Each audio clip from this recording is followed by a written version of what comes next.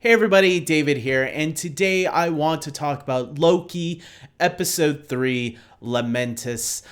This was the newest episode that came out on Disney Plus today. Let's get right into it. Let me start off by saying this episode starts off with what seemed to be a flashback, and I'm going to be honest, it caught me off guard, and I didn't put two and two together until the reveal later on that how this was going to come back. Because right at the beginning, I was thinking to myself, oh, look, she's either, I guess, because we were told that the people who work at the TVA were all people that were just born there. That's what we were led to presume.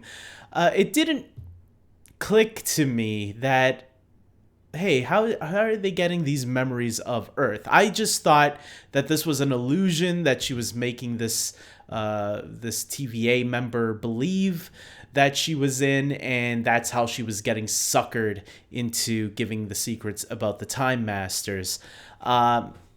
But then later on, we get that big reveal, which I guess I'll say it now.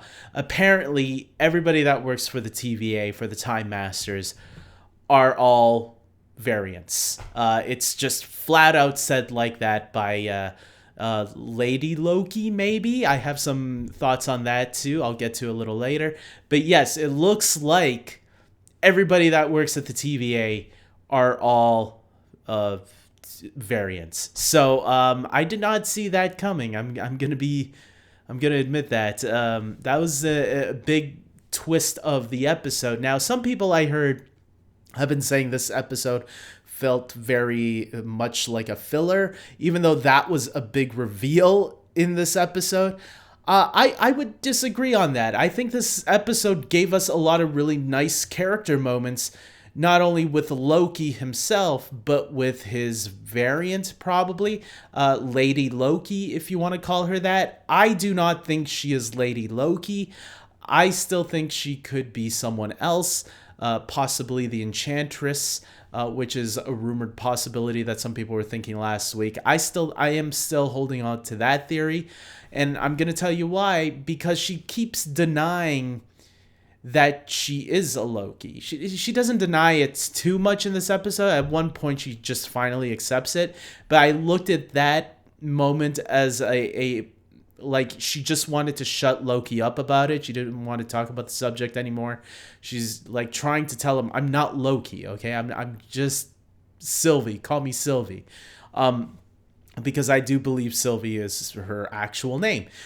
Because even when they get into a discussion later about their mother, Loki's talking about his mother, but then she reveals that she doesn't really remember her mother because she has vague memories of her because it's been so long.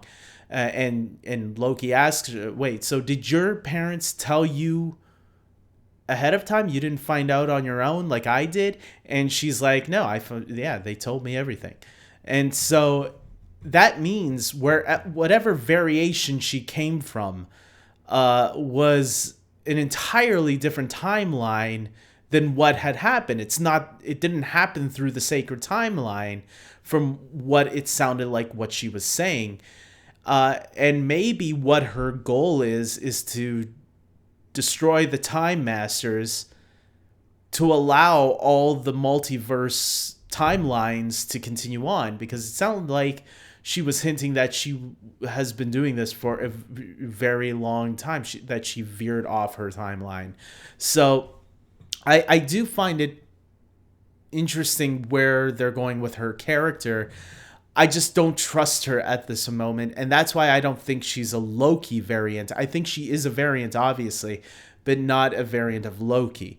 So it will be interesting to see how this unfolds. After all, this is episode 3. We got 3 more episodes left that hopefully will start giving us even more answers. I kind of wish we did get more answers about Sylvie, but I thought what they gave us here was a lot of fun. I really did like the interaction between Loki and Sylvie, and I thought their Uh, the way they interacted with each other by lying a little bit but holding back and giving a little bit of the truth here and there, I thought all of that was great. I really did like the planet that we were on in this episode. I thought the visuals looked really great.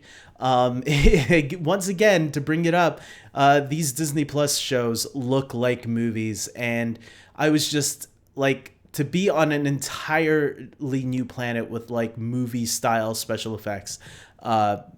It's just amazing to me. As someone who's seen a lot of superhero TV shows, all the way back to Smallville and all that, it's amazing what Disney Plus is giving us, Marvel TV shows on a scale this big, and you really feel the scope of it. Like, it really did feel like apocalyptic, especially when you saw the moon above this planet that was coming and crashing down slowly, shooting all these little meteors.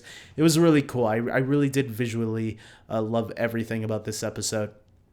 I also thought Sylvie herself was pretty badass. I thought she was kicking ass quite a lot in this episode.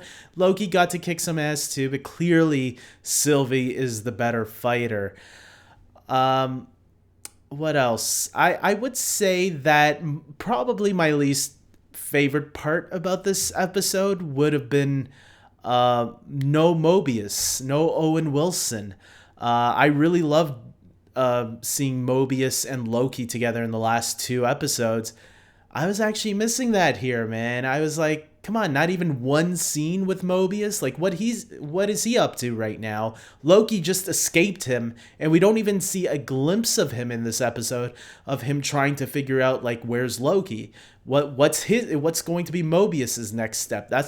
I was kind of hoping for at least one scene giving us something of him from his perspective, but it looks like they might save that for next week. At least I hope. I want more Owen Wilson, man. He's cool. We gotta get more of him back in here.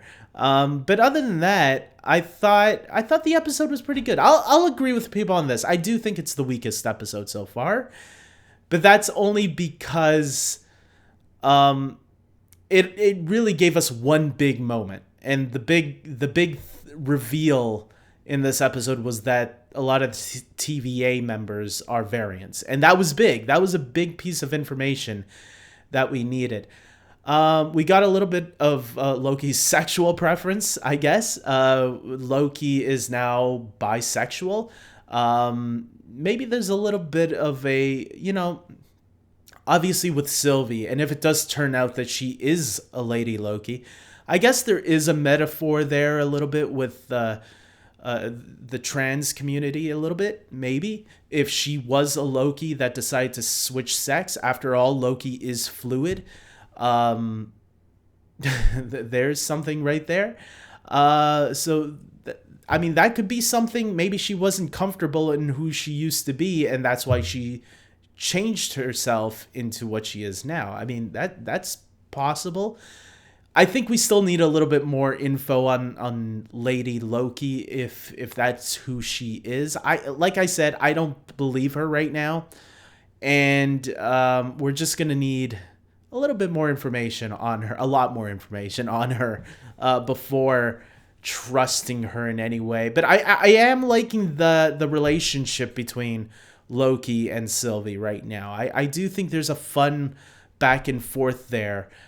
So, obviously she filled in that void a little bit of no Mobius, because Mobius and Loki had good chemistry. But I think these two also have really good chemistry together, and I could see Loki maybe having a relationship at the end. But then again, if she turns out to be him, I mean, so does that mean he falls in love with himself? I don't know how that relationship is going to work. But look, the writers, they can do whatever they want, I guess. But can you fall in love with yourself? I mean, that would be the biggest twist of any TV show ever. Like, the hero turns out that the only person he can love is himself, and he gets together with himself.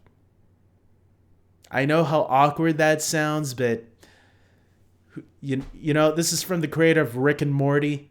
That's the showrunner of this show. Who knows? And that show is pretty adult, and who knows where they could go with this show. That means so.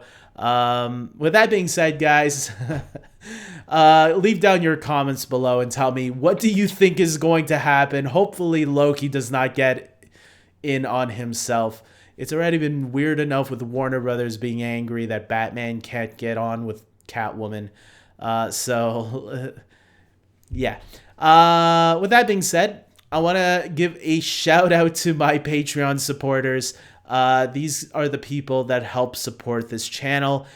They donate a monthly subscription fee, which is on patreon.com/DavidJordeo, where, yes, there's a $5 tier and a $10 tier. Both of them are the same offers. It's just to help me grow the channel. And if you do help, you will get a credit at the end of every video, like these people are getting right now, and of course a personal thank you from me, which I'm doing right now. So thank you very much to my Patreon supporters. Your support means the world to me, because I'm hoping to grow this channel, and these are the people that clearly they see something in this channel worth supporting. And so thank you very much. I really appreciate your help and support. And if anybody else can, the Patreon page is open. I'm always hoping for more supporters. And hopefully one day, you'll never know, when I get enough where I can start focusing on this channel even more. And hopefully, instead of this late in the day getting my Loki review up, hopefully I can get my review up even earlier, because I'll have more time to focus on this channel and more time to give to it. And that's what I really want to do. I want to give my time and focus to this YouTube channel, but I can't if I have other priorities to do, unfortunately. But you'll never know. You'll never know. And if not, then I'll just do what I'm doing for the rest of my life. And that's just the way it is. So with that being said, hope I didn't put that out down on a downer. I sorry if I did. But with that being said, guys, I hope you like this video. Please subscribe to my channel, because watching these videos and liking these videos, even if you don't agree with everything I say, we can still have a fun discussion about these shows and movies that I love. So hopefully, with that being said, until next time, take care.